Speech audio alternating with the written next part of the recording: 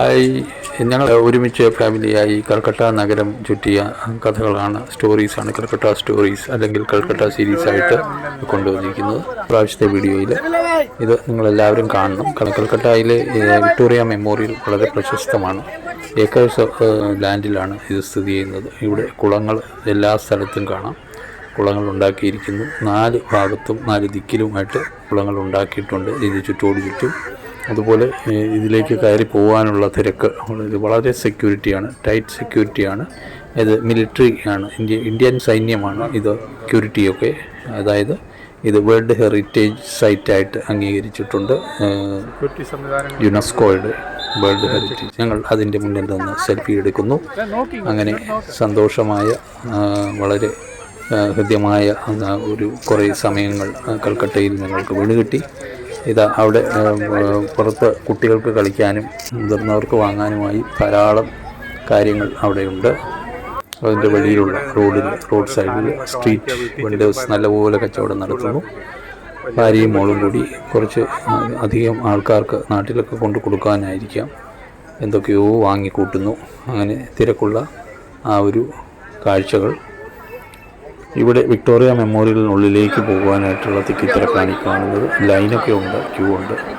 ഈ മെമ്മോറിയൽ അല്ലെങ്കിൽ ഇത് വേൾഡ് ഹെറിറ്റേജ് സൈറ്റിൻ്റെ ഭാഗമാക്കിയത്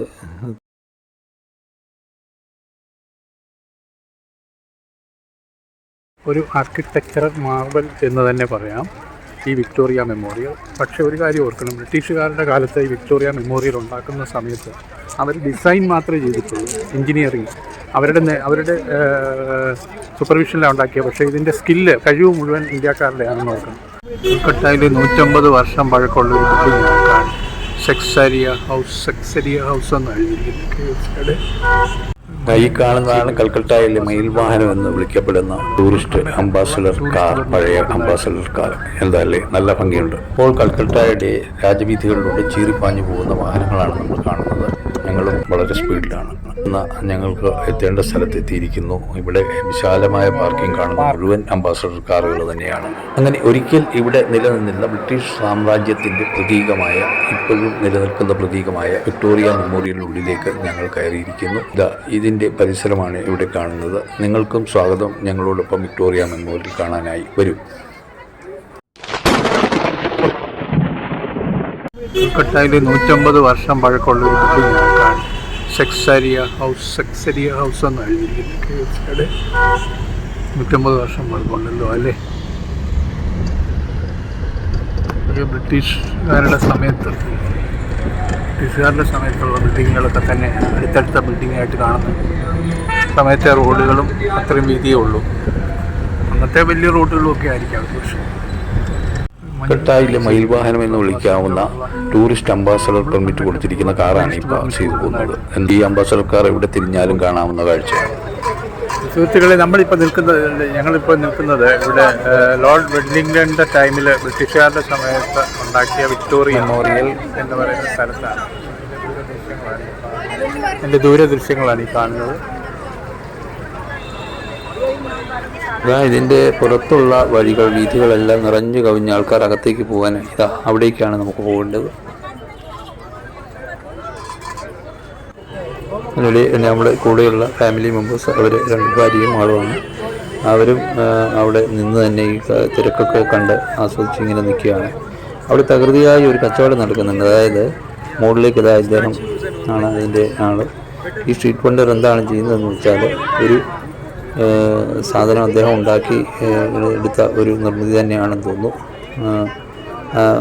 അതിശയോക്തിയോടുകൂടി കുഞ്ഞുങ്ങളും വലിയവരും ഒക്കെ അത് കണ്ടു നിൽപ്പുണ്ട്. അങ്ങനെ ചുരുട്ടി മേപ്പോട്ട് ആകാശത്തേക്ക് തൊടുത്തു വിടുന്ന ഒരു അസ്ത്രം കണക്കെ ഒരു സാധനം. അത് മേപ്പോട്ട് പോയിട്ട് തിരിച്ചു വരുമ്പോൾ ഒരു പാരഷൂട്ടായിട്ട് ലാൻഡ് ചെയ്യുകയാണ്. കുട്ടികൾക്കൊക്കെ അത് കൗതുകമാണ്. നമുക്ക് വലിയവർക്കും കൗതുകം ഉണ്ടാകും. അപ്പോൾ പിന്നെ കുട്ടികളുടെ കാര്യം പറയുന്നു.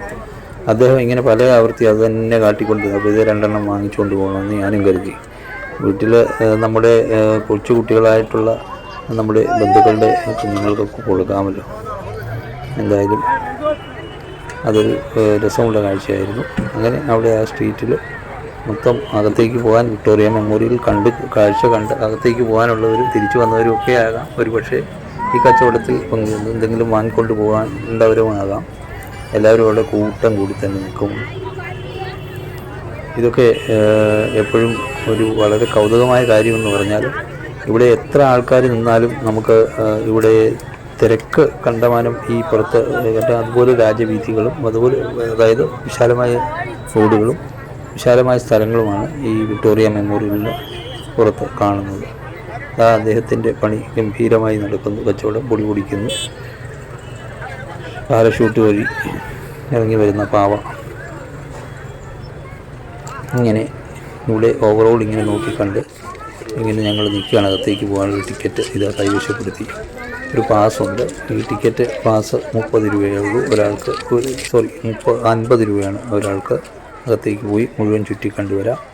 അതായത് വിക്ടോറിയ മെമ്മോറിയൽ ഈ ബിൽഡിങ്ങിനകത്ത് കയറിയാൽ നമുക്ക് ഈ ബിൽഡിങ്ങിനകത്ത് തന്നെ ഒരു ഏകദേശം 3/4 മണിക്കൂർ 1 മണിക്കൂർ ചിലവഴിക്കുവാനുള്ള കാര്യങ്ങളുണ്ട് അതിനകത്ത്. മ്യൂസിയം, ബ്രിട്ടീഷുകാരുടെ കാലത്ത് ഉപയോഗിച്ചിരുന്ന അല്ലെങ്കിൽ അവർ ഭരണം നടത്തിക്കൊണ്ടിരുന്ന ഭരണരംഗത്തെ മറ്റ് പല കാര്യങ്ങളും അതിനകത്ത് കാണിക്കുന്നുണ്ട്. അതകത്ത് കയറി കാണേണ്ട കാഴ്ചയാണ്. നമ്മൾ അങ്ങോട്ടേക്കാണ് പോകുന്നത്. ഇവിടെ വലിയ ഫോണ്ടുകൾ കാണാം. വിശാലമായ ഫോണ്ടുകൾ എല്ലാ സ്ഥലത്തും കാണാം. ഏകദേശം വിക്ടോറിയ മെമ്മോറിയൽ എത്തിക്കഴിഞ്ഞിട്ടുണ്ട്. അങ്ങോട്ട് പാസുമായി മുന്നോട്ട് നടന്ന് തന്നെ നീങ്ങുകയാണ്. എല്ലാവരും കാഴ്ചകൾ കണ്ട് പതുക്കെ നീങ്ങുന്നത്. കാരണം ദൂരെ നിന്ന് തന്നെ ആ കാഴ്ച ഭംഗിയാണ്. അപ്പോൾ പിന്നെ അടുത്തടുത്ത് പോകുന്തോറും നമുക്ക് കൗതുകം കൂടുകയാണ്, ആകാംക്ഷ കൂടുകയാണ്. അപ്പോൾ എല്ലാവരും അവിടെയൊക്കെ നിന്ന് ഫോട്ടോ എടുക്കാനുള്ള തിരക്കാണല്ലോ. എല്ലാവർക്കും ഇന്ന് മൊബൈൽ ഫോണുകളുണ്ട്. വിക്ടോറിയയുടെ മുന്നിൽ നിന്നായി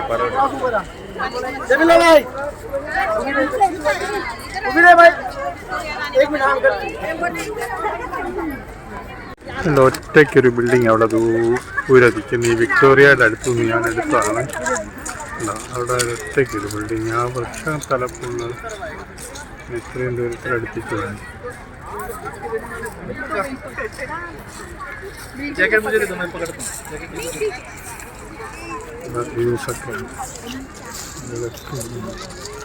സൺഡേ കഴിഞ്ഞ പിന്നെ മൺഡേ ഓപ്പൺ അല്ല. അതാ ഇത്രയും ആൾക്കാർ ഇവിടെ. ഞാൻ വീണ്ടും ആ ഒറ്റ തിരിഞ്ഞ ബിൽഡിങ്ങിലേക്ക് ഇങ്ങനെ സ്പോട്ട് ചെയ്ത് ഇങ്ങനെ സൂം ചെയ്ത് നോക്കുകയാണ്. ബിൽഡിങ്ങിൻ്റെ പേര് വായിക്കാൻ. ഇവിടെ ലൈനാക്കി നിർത്തിയിരിക്കുകയാണ്. ലൈൻ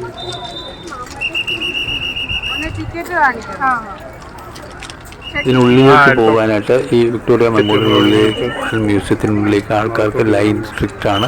ക്യൂ സ്ട്രിക്റ്റ് ആണ്. സ്ട്രിക്റ്റായിട്ട് ക്യൂവിൽ കൂടി കടന്നു പോകണം. സൈന്യമാണ് കൈകാര്യം ചെയ്യുന്നത്.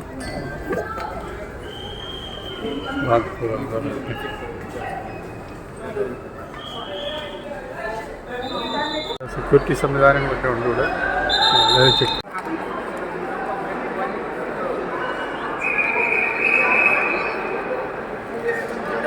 രണ്ട് വശമുണ്ട്.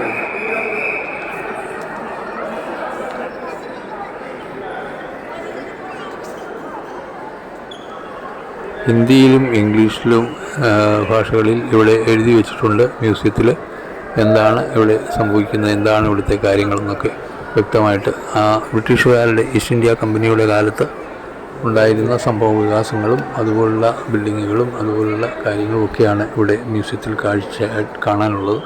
വളരെ കൗതുകമായ ഹിസ്റ്ററി നമുക്ക് പഠിച്ചിട്ടില്ലാത്തവർക്കും വളരെ കൗതുകമാണ്, പഠിച്ചവർക്കും തീർച്ചയായും കൗതുകമാണ്. അതൊക്കെ പിക്ചറൈസ് ചെയ്ത് കാണിക്കുകയും ചെയ്യുന്നുണ്ട് വളരെ വ്യക്തമായി തന്നെ. ഇത് കാണുമ്പോൾ അല്പം ഞെട്ടലോടെയാണ് കാണുന്നത്. കാരണം ഇതേ തോക്കുകൾ തന്നെയാണ് നമ്മുടെ ഭാരതീയരെ ആയിട്ടുള്ള പല ആൾക്കാരെയും അവർ തിരിച്ചു വെടിവെച്ചു പോകുന്നതുമൊക്കെ അല്ലേ.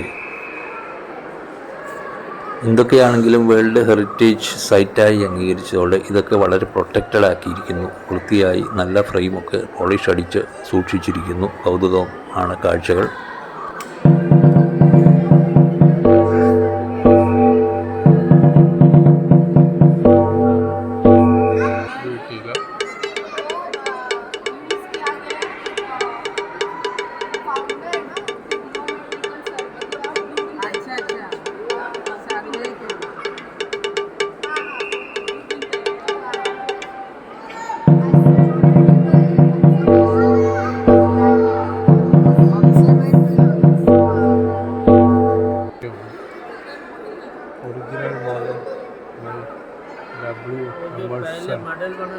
हाँ हाँ इसका मॉडल में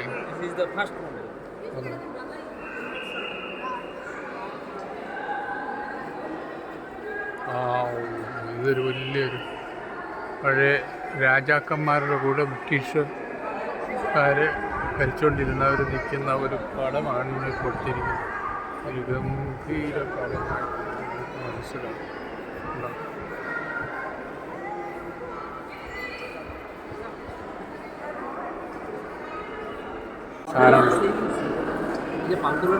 model of a sailing ship in the 19th century.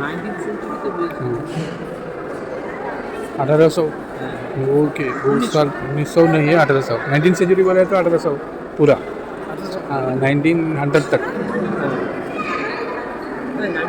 1900 तक 20th सेंचुरी बोले तो 1900 से 1901 से 2000 तक.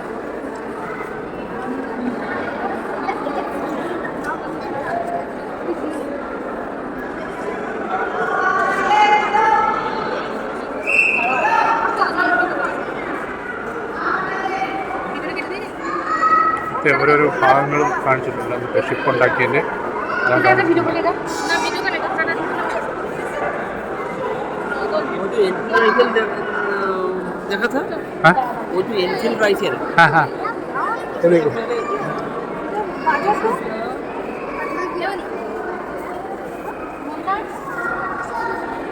ഇത് പിയാനോ കിങ് വില്യം 4 1829 ഉപയോഗിച്ചാണിത്.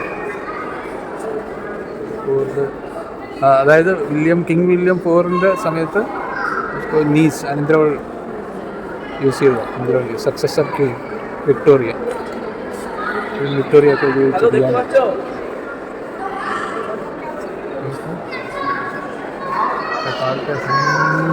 നല്ല ചിത്രകലകളൊക്കെ ആയിട്ടാണ്.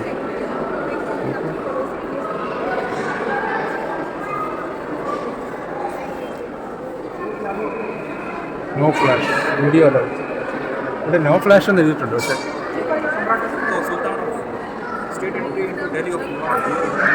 Cloud Martin and his friends എന്ന് എഴുതിയിരിക്കുന്നു. അവരുടെ പടം ജോൺ സൊഫാനി പെയിൻറ് ചെയ്തതാണ്. കളക്ഷനോ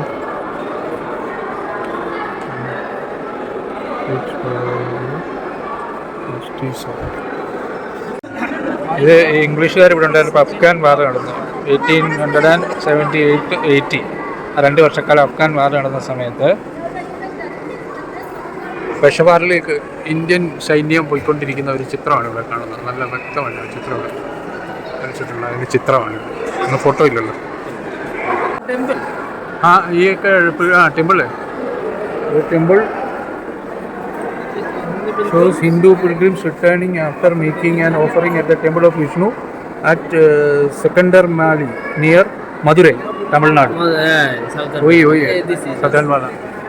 വേറൊരു അമൂല്യമായ സാധനം കാന്തിയ തോപ്പി എന്ന് പറയുന്ന നമ്മുടെ സ്വാതന്ത്ര്യ സമര സേനാനിയായിരുന്ന നേതാവായിരുന്നു. അദ്ദേഹം ധരിച്ചിരുന്ന വസ്ത്രമാണ് ഈ കാണുന്നത്, രാജവസ്ത്രം.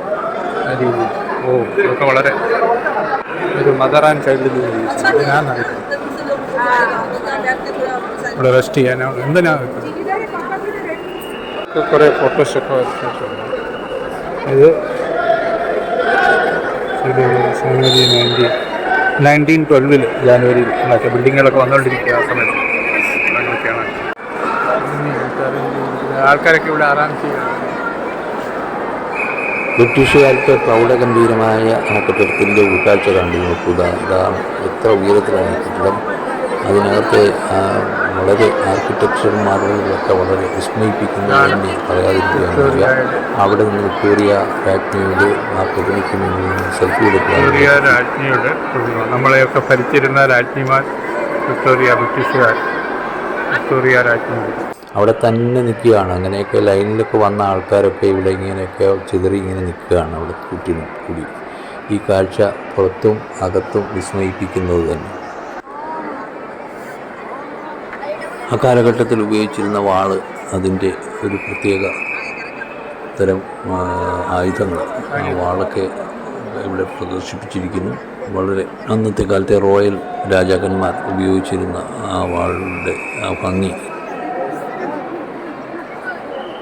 അതുപോലെ ഇരിപ്പിടം വാറൻ ഹെസ്റ്റിങ്സ് ഫർണിച്ചർ. വാറൻ ഹെസ്റ്റിങ്സ് എന്ന് പറയുന്ന അദ്ദേഹത്തിൻ്റെ കാലത്ത് മഹാരാജ ദർഭംഗ വാങ്ങിയതാണ് ഈ ചെയർ ഇംഗ്ലണ്ടിൽ നിന്ന് 1904 England and presented except Victoria Memorial Hall in 1940. Victoria രാജ്ഞിയായി അവരോധിക്കപ്പെടുന്ന സമയത്ത് 1858 ഇങ്ങനെ പ്രൊക്ലമേഷൻ, അതായത് ഇന്ത്യൻ ആൾക്കാരുമായി എങ്ങനെയാണ് രാജ്ഞിയുടെ രാജഭരണം നയിക്കുക എന്നുള്ള കാര്യങ്ങൾക്ക് സബ്ജക്ട്സ് നീലേഴ്സ് അതാത് പ്ലാസി യുദ്ധത്തിൻ്റെ കാര്യങ്ങളൊക്കെ എഴുതിയിരിക്കുന്നത്. ജൂൺ 23, 1757.